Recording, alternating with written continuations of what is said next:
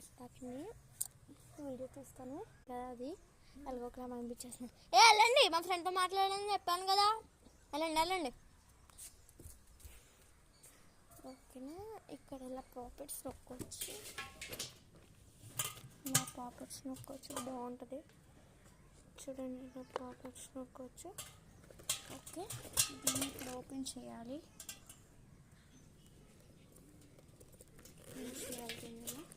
Open చేసాము.